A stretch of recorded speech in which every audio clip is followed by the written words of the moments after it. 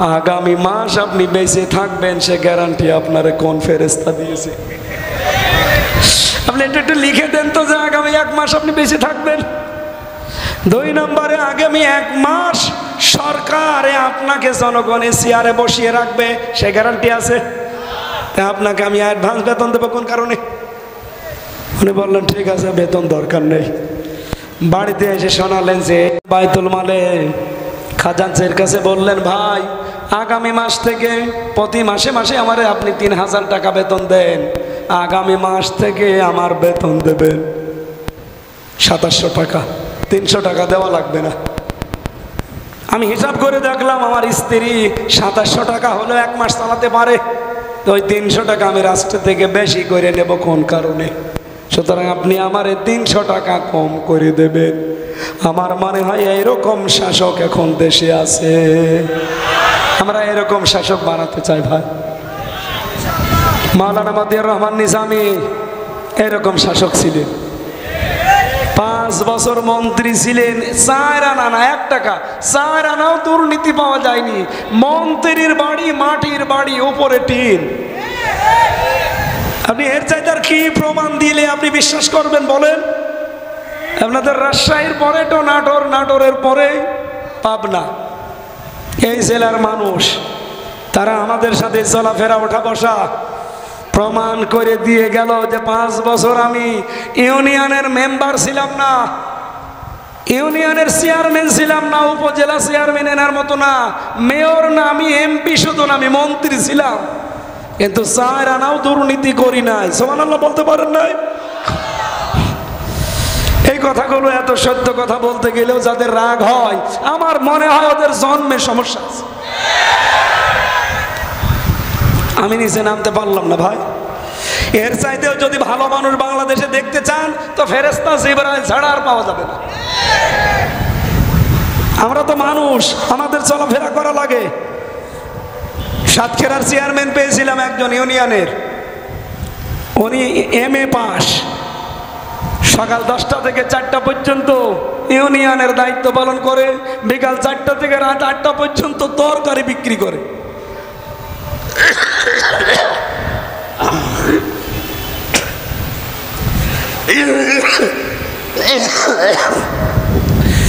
বাংলাদেশ জামাত ইসলামী এরকম মানুষগুলো উপহার দিয়েছে, এখন ওর সামনে দিচ্ছে। ভাই এবার আর ভুল করা যাবে না, একটু পরীক্ষা করার জন্য হলেও চেষ্টা করেন। আমরা যাকাতকে অর্থনীতিভাবে ইসলামী কায়দায় সংসদে যাকাত ভিত্তিক অর্থনীতি কায়েম করতে চাই। ওয়া আমানতুম বিরুসুলি, আল্লাহ পাক বলেন মুসা নবীর এই নাকিবদেরকে বলেছিলাম এলাকায় যে আমার রাসূলদের উপর ঈমান আনবা।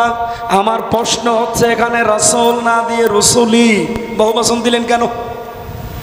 ওই সময় তো রসুল খুব বেশি ছিল না, মাত্র 2 জন, মুসা আর হারুন আলাইহিস সালাতু ওয়াস সালাম। কিন্তু আল্লাহ রসুলই দিলেন কেন? দিয়েছেন এই জন্যে কিয়ামত পর্যন্ত রসুল আসবে না, কিন্তু রসুলের নায়েব আসবে।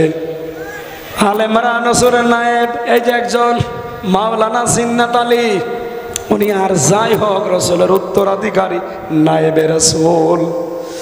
এরকম আলেম যারা কিয়ামত পর্যন্ত আসবে, এদেরকে সাহায্য করা লাগবে, টাকা পয়সা দিয়ে শুধু না, কথা দিয়ে হলেও।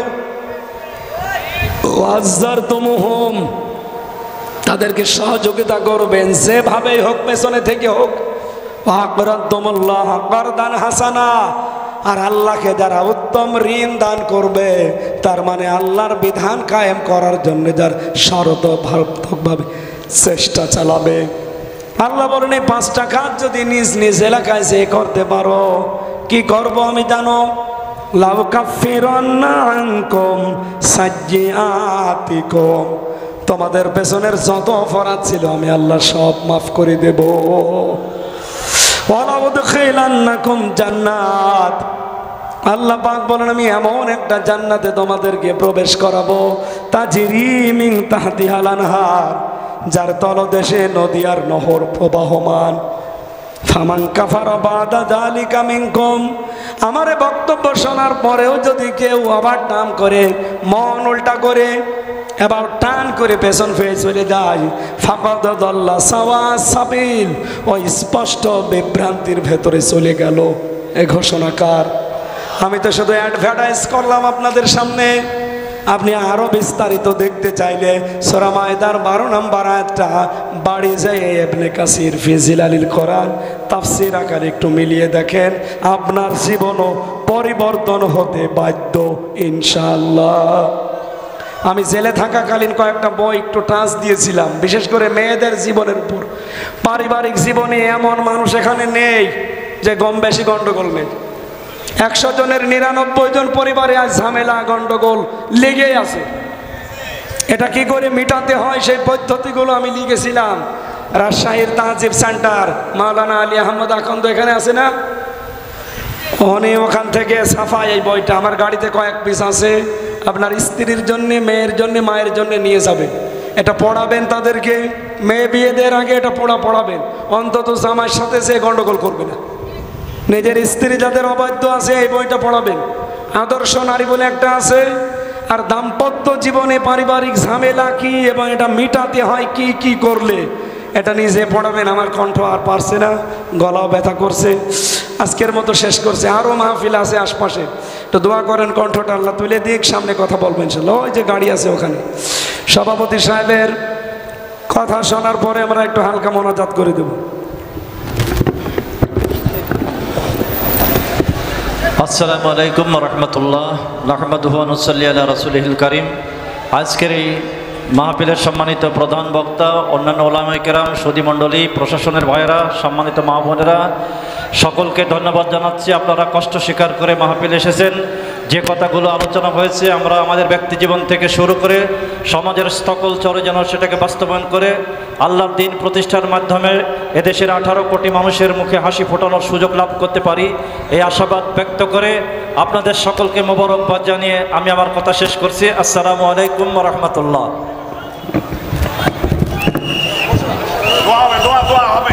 আল্লাহুম্মা আমিন। এটা মোনাজাতটা বসে করলে ভালো হয় ভাই। রব্বানা আতিনা ফিদ দুনিয়া হাসানা ওয়া ফিল আখিরাতি হাসানা ওয়া কিনা আযাবান নার। আল্লাহুম্মা আনতা রাব্বি লা ইলাহা ইল্লা আনতা খালাকতানি ওয়া আনা আবদুকা ওয়া আনা আলা আহদিকা ওয়া ওয়াদিকা মাস্তাতাতু আউযু বিকা মিন শাররি মা সানাতু আবু লাকা বিনি'মাতিকা আলাইয়া ওয়া আবু লাকা বিযামবি ফাগফিরলি ফাইন্নাহু লা ইয়াগফিরুয যুনুবা ইল্লা আনতা। রব্বুল আলামিন, কণ্ঠটা তোমার দান, শরীরটাও তোমার দান। আমার দুইটা অসুস্থ কণ্ঠ এবং শরীর, মেহেরবানি করে এগুলো আগের অবস্থায় ফিরিয়ে দাও। কোরআনের কথা বলার সুযোগ যখন তৈরি করে দিয়েছে তোমার বান্দা বান্দীদের সহজ সরল ভাষায়, আল্লাহ সুললিত কণ্ঠে কোরআনের এই অমীয় বাণীগুলো শোনাতে পারি, তুমি আমার ভিক্ষা দাও। আজকের এই বিশাল আয়োজন করেছে মাওলানা তহরুল ইসলাম। আল্লাহ তার বাবার জন্য দোয়া চেয়েছে, জনাব খলিলুর রহমানকে তুমি মাফ করে দাও, তার মাকেও ক্ষমা করো, তার স্ত্রী সন্তান যেগুলো দিয়েছে সহি সালামতে রাখো আল্লাহ। সম্মানিত সভাপতি তোমার আলিম বান্দা মাওলানা জিন্নাত আলী, তোমার বান্দার জীবনের ভালো ভালো কাজ মঞ্জুর করো, অন্যায়গুলো মাফ করে দাও। রব্বুল আলামিন, যত অতিথি এখানে এসেছে আল্লাহ সম্মান আছে এজন্য এদের নাম এখানে দিয়েছে, এদেরকে তুমি সম্মানের সাথে কবুল করে নাও। মা বোন যারা এসেছে, আজকে আমার ম্যাডাম এসেছে, আমার সন্তানগুলো এসেছে, আল্লাহ তুমি তাদেরকে খাদিজার মতো, ফাতেমার মতো বানিয়ে দাও।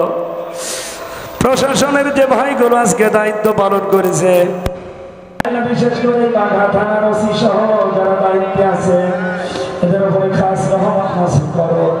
কোরআনের মাহফিল যারা পাহাড় দিয়েছে, আল্লাহ তুমি তাদের হামিও নাসিব হয়ে যাও। যারা ভিডিও রেকর্ড করে কোরআনের কথাগুলো ছড়িয়ে দেয়, রাজশাহীর তাহজিব সেন্টার সহ যারা চেষ্টা করে ক্লাসের সাথে, তাদেরকে কবুল করো। মাওলানা হোসাইন তার বাবা নেই, আল্লাহ তাকে মাফ করো। মাওলানা হাবিবুর রহমানকে মঞ্জুর করো। আর আমার কণ্ঠটা আমি আবার ভিক্ষা চাই, কণ্ঠ মাঠের ব্যথা তুমি দূর করে দিয়ে আগের অবস্থায় ফিরিয়ে দাও। বারাকাল্লাহু লানা ওয়া লাকুম ফিল কোরআনিল আযীম। এই মাহফিলের বরেণ্য সদস্য যারা যে যেভাবে কষ্ট স্বীকার করেছে তোমার রহমতের দিকে এগিয়ে দাও। এই বিনোদপুরে যারা ব্যবসা বাণিজ্য করে এদের ব্যবসায় হালাল রুজিতে বরকত দাও। যত মানুষ মাটির নিচে ঘুমিয়ে গিয়েছে তাদের কবরগুলো জান্নাত বানাও। একবার হলেও যেন দেখতে পাই বাংলাদেশ তোমার কালাম দিয়ে চলছে। আল্লাহ লা ইলাহা ইল্লা আনতা সুবহানাক ইন্নী কুনতু মিনাজ জালিমিন। রব্বিরহামহুমা কামা রাব্বায়ানি